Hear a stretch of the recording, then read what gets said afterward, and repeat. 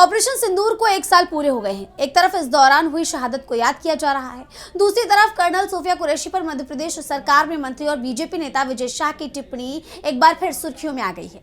इस मामले में सुप्रीम कोर्ट में सुनवाई हुई और इस दौरान विजय शाह की टिप्पणी पर सीजेआई काफी नाराज दिखाई दिए और उन्होंने राज्य की मोहन यादव सरकार को कड़ी फटकार भी लगाई।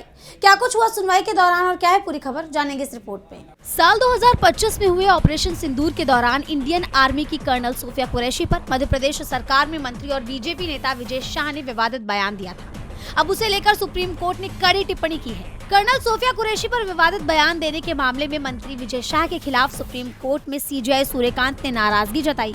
उन्होंने कड़े शब्दों में कहा कि बस बहुत हो चुका।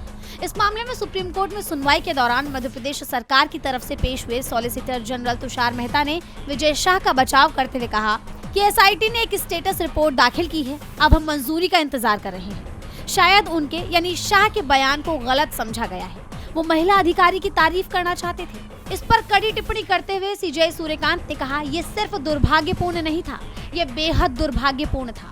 वहीं सुनवाई के दौरान जस्टिस बागची ने पूछा, मंजूरी 2 हफ्तों में आनी थी, क्या हुआ? जिस पर तुषार मेहता ने जवाब दिया कि वो उस महिला की तारीफ करना चाहते थे, लेकिन वो अपनी बात ठीक से कह नहीं पाए। वहीं सीजेआई ने कहा कि एक राजनेता होने के नाते वो जानते हैं कि किसी महिला अधिकारी की तारीफ कैसे की जाती है। सुनवाई के दौरान जस्टिस बागची ने पुराने रिकॉर्ड का हवाला देते हुए कहा, स्टेटस रिपोर्ट देखिए, उसमें लिखा है कि शाह को इस तरह की टिप्पणियां करने की आदत है।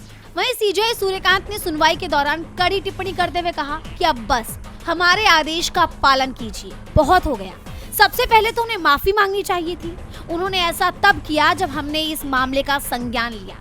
इस मामले को 4 हफ्तों बाद फिर से लिस्ट किया जाए। जैसा आप जानते हैं कि ऑपरेशन सिंदूर के दौरान कर्नल सोफिया कुरैशी को लेकर विजय शाह ने आपत्तिजनक टिप्पणी की थी।